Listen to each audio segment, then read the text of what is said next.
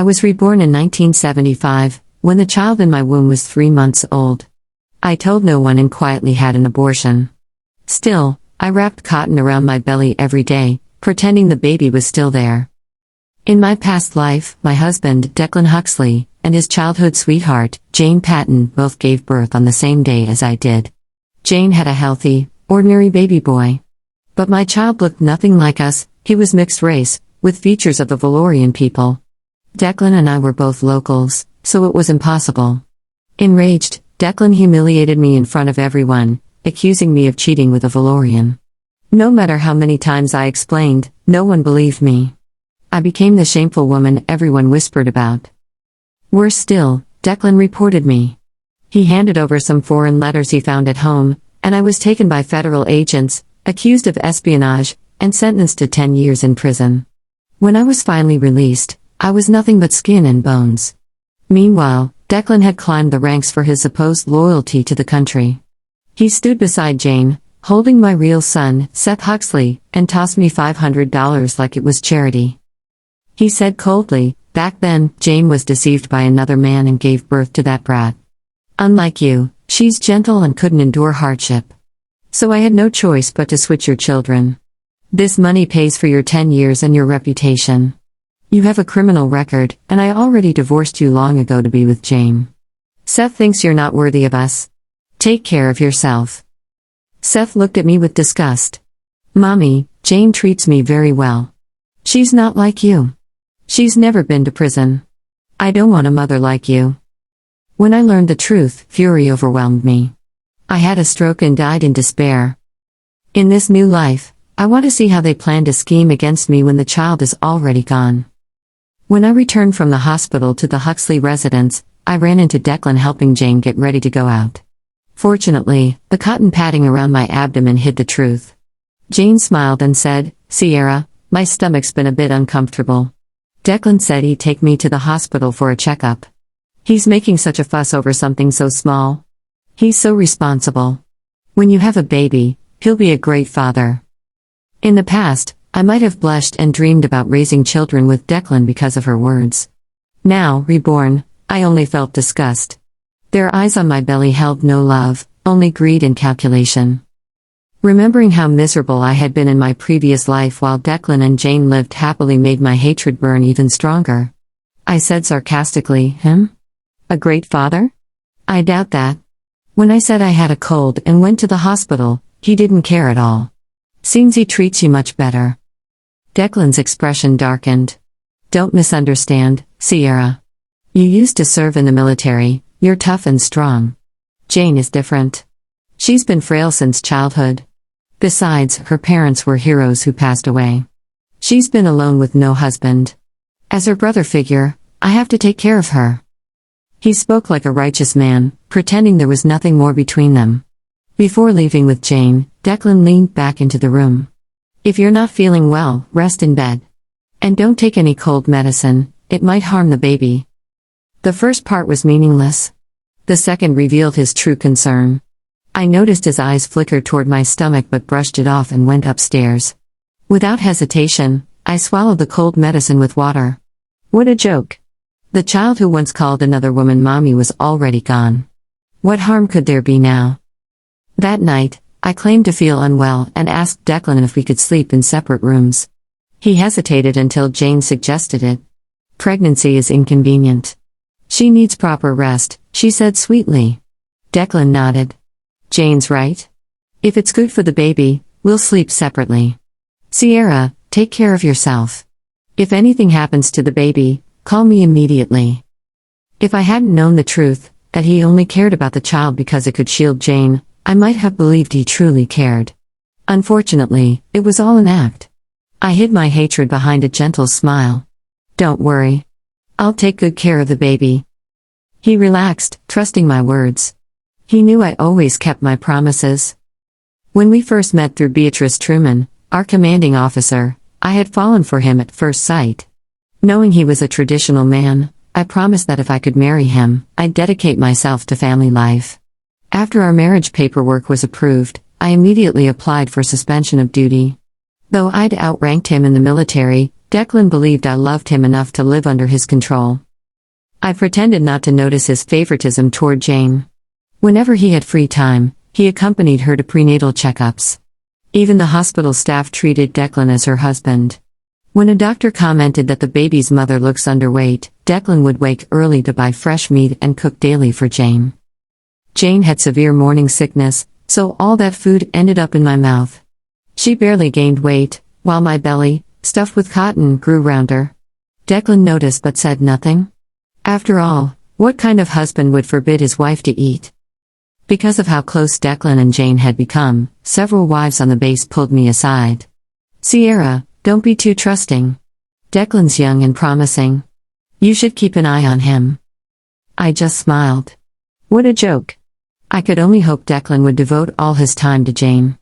If he ever touched me or accompanied me to a prenatal checkup, he would have discovered the truth. My belly was nearly identical in size to Jane's, though it was nothing but cotton adjusted daily to match hers. Declan never noticed.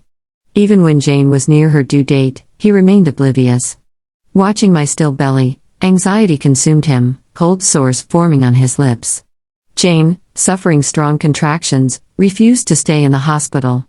After 2 days, she could no longer endure the pain. Declan brought me a bowl of chicken soup.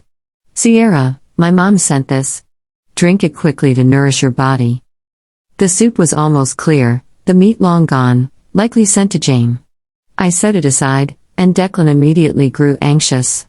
"Mom made it herself. Drink it before it gets cold. Don't waste her effort." I nearly laughed. My mother-in-law, Irene Truman, had always despised me for being too direct and not gentle enough. She looked down on my rural background and adored Jane, the daughter of war heroes. "It was my mistake," she often said. "I should have matched Declan with Jane." Even when Jane and I were both pregnant, Irene's affection was only for her. All the good food went straight to Jane, while I was left with scraps. Declan knew this but excused it. "Mom has a sharp tongue but a soft heart," he said. "She wouldn't ignore our child. This soup was made from the old hen she raised herself. Don't be upset. She's still my mother." I pretended to be convinced and drank it in one gulp. Declan sighed in relief and left with the empty bowl. I knew that soup contained labor-inducing drugs. Soon, I clutched my belly and cried out, pretending the medicine was working. "It hurts. Declan, hurry, take me to the hospital." Declan and Jane exchanged glances of excitement. Jane gasped, holding her belly. "Declan, I think I'm going into labor too." "Perfect," he said. "I'll take you both to the hospital right away." He borrowed a car and rushed us there. By the time we arrived, Jane's water had already broken, and she was screaming in agony. "It hurts so much, Declan. Am I going to die?" He picked her up tenderly and said to me, "Jane's situation is more urgent. I'll take her to the emergency ward. You can handle yourself." I rolled my eyes at his retreating figure and walked into the private delivery room I had already arranged. Inside stood Albert Lloyd, the doctor Declan had bribed to help with his plan. But he didn't know I had already made him a better offer. I lay on the hospital bed for hours, waiting patiently until the uninvited guest finally appeared. Declan entered carrying a baby bundle. Seeing me with my eyes closed, pretending to sleep, he tiptoed toward the newborn lying beside me. Just as he set the baby down and reached for the swaddle, I spoke. Declan froze when he heard my voice echo through the dimly lit hospital room. His hand hovered midair, inches from the swaddled infant. The confidence he carried moments ago vanished like smoke, replaced by panic. I opened my eyes slowly, meeting his gaze with calm defiance. He had expected to find me unconscious, just as he had arranged. But I was wide awake, watching him walk straight into the trap he once thought was mine. "What are you doing, Declan?" I asked softly, my tone deceptively gentle. "You came to switch the babies again, didn't you?" His throat bobbed, and he stammered, "Sierra. You misunderstood. Jane gave birth early, and the nurses got confused. I cut him off, my voice sharp as broken glass. "Stop lying. You bribed Dr. Lloyd to replace Jane's child with mine, just like last time. You think you can repeat the same sin and no one will notice?" Declan's face twisted, shame flashing across his eyes before pride forced it away. "You don't understand," he hissed. "Jane is fragile. She has suffered enough. Her child was stillborn. I couldn't let her die of heartbreak." "And so you decided to steal mine again," I said, my tone steady. "The woman who rotted in prison for 10 years while you climbed the ranks of glory. You betrayed me, Declan, and then you made me carry your shame." He clenched his fists. "You were a soldier once. You should understand sacrifice." I laughed quietly. "Sacrifice? I was sentenced as a traitor because of you. You destroyed my name, my body, and my child. And now you dare to use that word as if it means something noble." He stepped closer, lowering his voice. "You wouldn't understand what it means to love someone so deeply that you'd do anything to protect them." "I do," I whispered, my eyes flicking to the infant beside me. "That's why I made sure you'd never hurt this child again." Declan blinked, confused. "What are you talking about?" "The baby lying there isn't mine," I said coldly. "And it isn't Jane's either." He froze, his jaw tightening. "What do you mean?" "I paid Dr. Lloyd a visit before you did. He told me everything, how you planned to give Jane my child, how you forged the medical records, how you wanted to rewrite fate itself. So I made sure there was nothing left for you to take. That child belongs to a woman in the next ward who agreed to my plan. The real one, the one you were so desperate to steal, is already gone. She'll grow up somewhere you'll never find her." Declan's face drained of color. "You're lying." "Am I?" I murmured. "Then look closely. Does this child look like me? Like you? Or does she look like what you fear the most, someone else's sin?" Declan leaned closer, pulling the swaddle slightly aside. His breath caught. The infant's complexion, the shape of her nose, the subtle curl of her hair, it all told a story he didn't want to believe. I saw the tremor in his hands. For the first time, Declan Huxley was afraid. "You destroyed everything," he whispered. "Do you know what this will do to me?" "Not as much as what you did to me," I replied, my voice calm. "You wanted to build your success on my suffering. Now you'll learn what it feels like to lose everything you think you own." He turned to leave, fury and humiliation burning through his stiff posture, but I spoke again. "Declan, before you go, there's something else you should know. The federal agents who arrested me in my past life, they weren't looking for me. They were looking for you." He spun around, disbelief flickering across his face.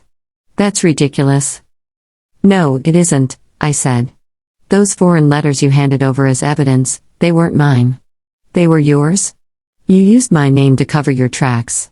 But in this life, I've already turned those letters in.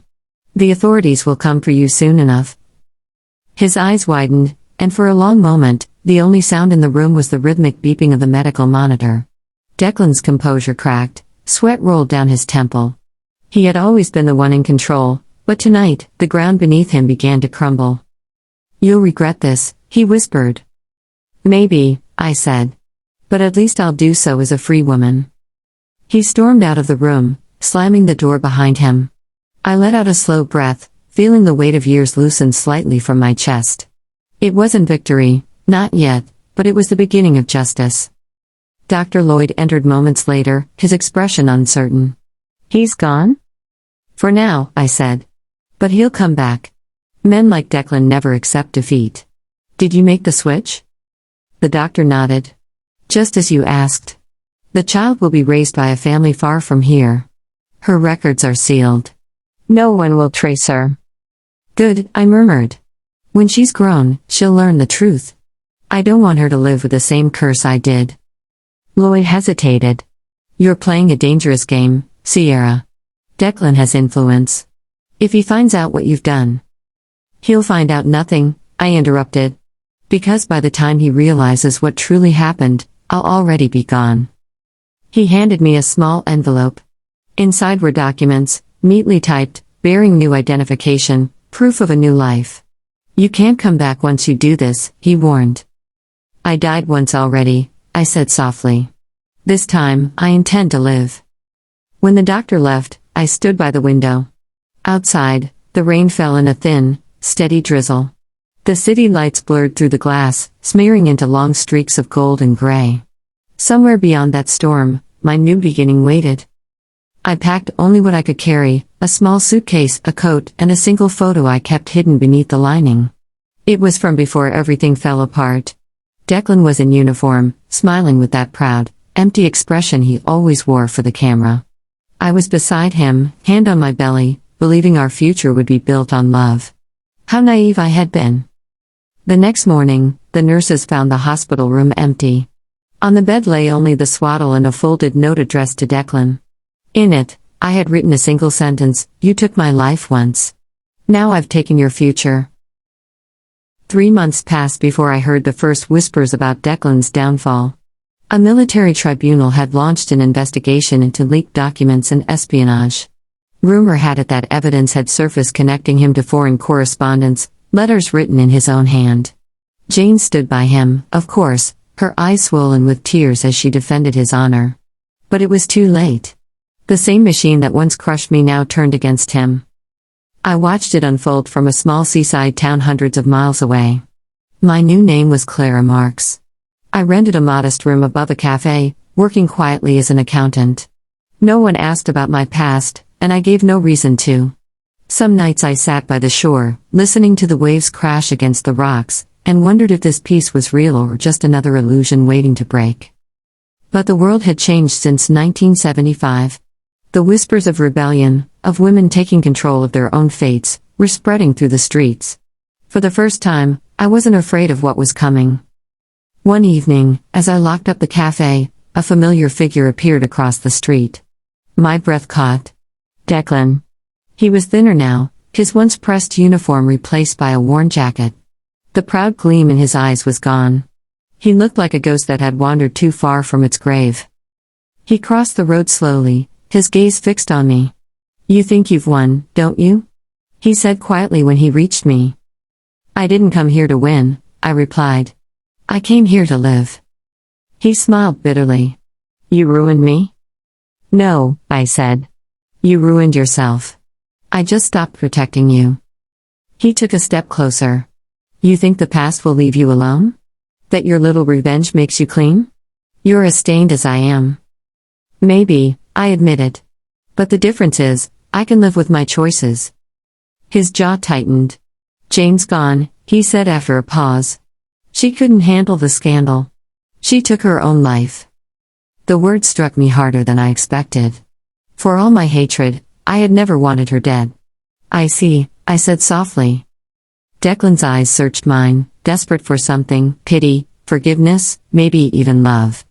But all I had left for him was emptiness. "She was all I had," he whispered. "You had everything once," I reminded him. "And you threw it away." He reached into his coat and pulled out a worn photograph, the same one I had left behind years ago. "I kept this," he said. "I wanted to remember what we were before everything fell apart." "There was no before," I said. "It was all built on lies." He looked down, defeated. "You can't escape your past, Sierra. It always finds a way back." I turned away. "Then let it come. I'm not the same woman you destroyed." He stood there for a long moment, his figure illuminated by the flickering streetlight. Then, without another word, he walked away, disappearing into the fog. I didn't follow him. There was no point. The man I once loved had died long ago, buried beneath ambition and betrayal. All that remained was a hollow shadow searching for meaning in the ashes he'd created. As the waves crashed in the distance, I whispered to the wind, "The past may chase me, Declan. But this time, I'll be the one who decides how it ends." And somewhere beyond that gray horizon, I could almost hear the faint cry of a child, a reminder that my bloodline, my truth, still lived, untouched by the poison of deceit. This time, the story was mine to write. I didn't disappear. I worked the morning shift at the cafe, counted coins until my fingers smelled like tin, and learned the names of the fishermen who tipped in sardines instead of cash. I slept in a room so small the sea was my second wall. Peace looked ordinary on me. That was the point. On the 4th month, a knock came at closing. I slid the latch back and found Beatrice Truman in my doorway, no uniform now, only a navy coat that made her look like night standing up. "Clara," she said. The name trembled a little on her tongue. She knew it wasn't mine. She also knew I wasn't giving her the other one back. I moved aside. Coffee? Please. She took the chipped cup in both hands and stood by the window. The rain had turned to mist. She watched it in the way soldiers watch tree lines. I can't stay long. Her voice was hoarse. They'll sentence him. Leaked correspondence. Bribery. The baby switch won't make the record, they won't tolerate the scandal. But it's over. Good, I said, because there was no correct word for the taste in my mouth. Not joy. Not relief. Something like the silence between waves. Beatrice set the cup down. I didn't come to discuss Declan. No? She shook her head once. I came to tell you two things. First, Jane didn't jump. I looked up. She left a note, Beatrice said. She was going to testify. Irene found the note and took measures. It won't appear anywhere. But you should know the truth. Jane was not as weak as the world liked to call her. She was trying, at the end. Something in my chest loosened and hurt at the same time. Pity is a dull knife, it doesn't cut clean. What's the second thing? I asked. Beatrice slid an envelope across my counter. Old paper, thin and kept too many years in a dry place. I didn't touch it. Open it, she said. Inside lay a photograph and two brittle certificates. The photograph was small and earnest, two teenagers at a summer fair, a boy with a laugh in his eyes and a girl with a ribbon in her hair. The boy wore a beadwork bracelet I recognized from childhood markets, Valorian craft, the kind you could spot a field away. I turned to the certificates. One was a hospital record dated June 1956. The other, a notarized affidavit signed in a nervous hand, Irene Truman. My stomach went cold. Declan's father, Beatrice said quietly, was Valorian. A boy from the neighboring village. He and Irene were children. She married a soldier the next spring, and you know the rest. But blood doesn't listen to paper. The photograph shook in my hand, as if the past itself had started to shiver. In your first life, Beatrice said, the baby looked Valorian because he was. Because Declan is. He saw his own reflection and tried to drown it. He chose you as the stone. Air scraped my throat going in. I sat down. You knew? I asked. I suspected, she said. I never had proof I could carry without breaking you. Irene kept those records in a cedar box beneath her sewing table. She gave them to me last week. Beatrice's mouth tightened, not in triumph. In fatigue. Call it penance. I thought of Declan's rage, his careful quiet, his speeches about duty and purity. I thought of the boy in the photograph with the bracelet and the laugh. I thought of Irene's soft hands lifting bowls to Jane and bones to me. The room pressed in. So the letters, I said. Not treason, Beatrice answered. He was writing to a Valorian contact he thought might arrange passage for Jane if things turned bad. He hid them in your desk to keep them safe from inspection. Then used them when he needed a public enemy. I touched the photograph again. It felt like a bandage you peel back and find a wound still wet. Why tell me now? I asked. Because you are the only person who won't weaponize it, Beatrice said simply. Because once he's sentenced, the story becomes the state's, not yours. And because you deserve to know that you were never wrong about the child. About yourself. I pressed the envelope to my heart until my ribs ached. I did not cry. I did not forgive. I only breathed, slow and deliberate, as if teaching my body the shape of truth. Is that all? I asked. Beatrice hesitated. No. There's something else you should hear from me and not from a stranger at your door. She pulled a folded note from her pocket and placed it beside the empty cup. It was a birth certificate, fresh ink, new seal. Mother, Eliza Marrow. Father, Child, Mira Eliza Marrow, Mark's, guardian.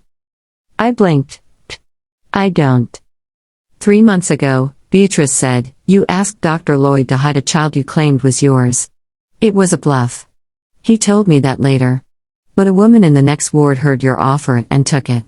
She was a Valorian seamstress whose husband had died in a mine collapse. Irene's cousin had been pressuring the hospital to place her newborn with a more suitable family. Beatrice's face hardened. Your bluff became a door. She walked through. I stared at the certificate until the words steadied. Mira Eliza Marrow, Marks. The second name wasn't inked by the registrar's hand. It was a later addition, careful and deliberate. She named you guardian, Beatrice said. Not to take the child now. To be the person the girl can find when she is old enough to ask who decided she belonged to herself. The seamstress left a note for you at the registrar's office this morning. She doesn't want money. She wants a promise. A promise, I repeated, and felt the old ache twist into something almost like light. Beatrice pulled on her gloves. I know you plan to cut every rope. I'm not here to tie you to a new one. She offered the faintest smile, the kind only people who have buried too many versions of themselves can manage. But sometimes the cleanest severance is not solitude. It's the right hand to hold when the past knocks. After she left, I closed the cafe and walked to the water. The photograph in my pocket warmed with my body heat. I stood until the mist salted my lips and the horizon folded into itself. Declan's fury had never been about my betrayal. It had been about his reflection. In the first life, he tried to hurl it into my cradle. In this one, I had given him back his own face to wrestle with. The tribunal would name his crimes and topple him. But the sentence I handed him was older: live with the truth you buried. And Jane, who everyone called delicate, who had tried to speak, her last act had been to open her mouth. Irene had closed it. That, too, had a sentence written and waiting in the world's ledger. Whether anyone read it was not my job. As for me, there was a piece of paper with a child's name and mine linked by a hyphen too tender to be legal. Guardian? I had ended a bloodline in my body to end a curse. I hadn't understood that ending and beginning can be the same door until I held the handle. I went back inside and wrote a letter. Ms. Marrow. I do not know where courage lives in a person's bones, but I know you have more of it than anyone I have ever met. I cannot be your daughter's mother. I am not asking to be. I can be the lighthouse that does not move when the weather does. If ever the sea rises, send her to me. The door will be open. Clara. I sealed it and slept. For the first time in either life, the dream did not begin with a hospital corridor.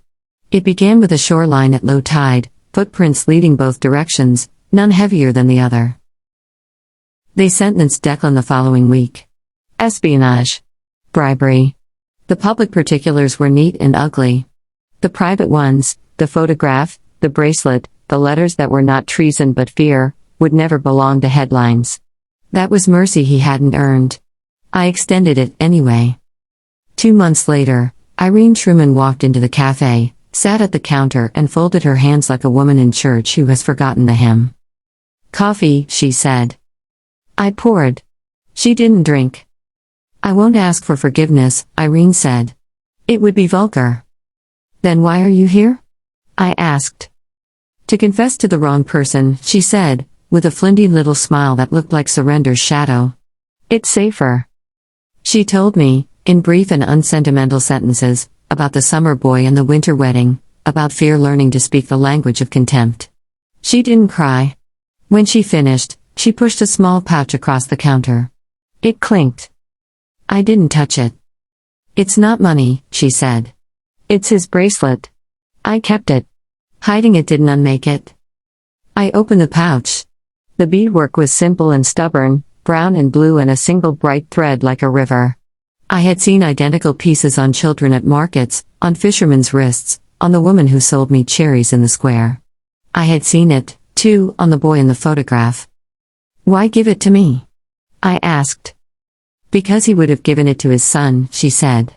And because that's the only thing I can return that doesn't poison the giver and the receiver both. She left before I decided whether to thank her. The bracelet lay in my palm, damp with fog and old summer. I wore it under my sleeve. On a pale spring afternoon, a woman with thread-scarred fingers stood at my counter, her daughter on her hip. The little girl had rivers in her eyes and sleep in her hair. She faced the pastry case like a general planning a campaign. Which one is the sweetest? She asked me. That depends, I said gravely. On whether you're brave. She considered. I am. Then the lemon, I said. She chose the lemon. Her mother paid. As they turned to go, the woman paused. You wrote the letter, she said. Not a question. Yes, I said. Good. She adjusted the child on her hip. A person should have two kinds of houses. The one with a roof and the one with a name on it. I'm keeping the first. You be the second. The girl licked sugar off her fingers and looked at me with unembarrassed interest. What's your name? She asked. Clara, I said. And yours? Mira, she said carefully, like it was a word she wanted to last. Nice to meet you, Mira, I said. Come back when you run out of Brave. I'll refill it. She nodded, solemn with the absolute economy of childhood, and left a sticky thumbprint on my counter. I didn't wipe it away until it dried into a clear, tiny fossil of a day that had finally turned the right direction. A year later, a letter came from a prison 3 counties inland. Declan's handwriting had always been disciplined, now it was tidy in a way that made my teeth ache. Sierra. They tell me I can earn sentence relief with contrition. I am not writing for that. Nor am I writing for you. I am writing toward a boy who wore a bracelet he could not keep, and toward the man who broke it and called the sound duty. I cannot ask you to carry this. I carried it too long by putting it on your back. The last thing I will ask is that you not bring this letter to the tribunal. Let a few things be buried with me that do not help the living. There are things I loved in you I did not know how to name without taking them. This is not a request. It is a record. D. I burned the letter in a tin ashtray behind the cafe. Not to honor him. To honor the line I had drawn. The smoke rose in a gray ribbon and vanished into a sky that offered no opinions. When I went back inside, I caught my reflection in the brass tea urn, a woman with a plain braid and a bracelet under her sleeve. Ordinary peace again. My favorite disguise. At closing, I locked the door and walked to the sea. The tide was high, folding on itself like clean linen. I touched the beadwork, the photograph print fading at its edges, the birth certificate tucked flat beneath my ledger. I thought of the girl with lemon on her lips. I thought of the boy with a laugh in his eyes. I thought of the version of me who had lain on a cold cell floor and made a wish that sounded like a prayer and like a threat. I had not been reborn to raise the child they wanted from my body. I had been reborn to unspool the net they cast around my name. To tie one new knot instead, slight and deliberate, between a woman and a door that would open if the sea ever rose too high. Out on the water, a gull wheeled and cried. For a moment the sound was thin and sharp and almost like a newborn's first protest against air. I smiled into the wind. In the first life, Declan had stolen my future and given me a story I could not survive. In this one, I took his future and gave a stranger's child her own story to begin when she was ready. That was the twist no one saw coming. I didn't save what they meant to take. I saved what they never thought to look for. And when the past finally knocked, because it always does, I didn't hide behind a new name. I opened the door.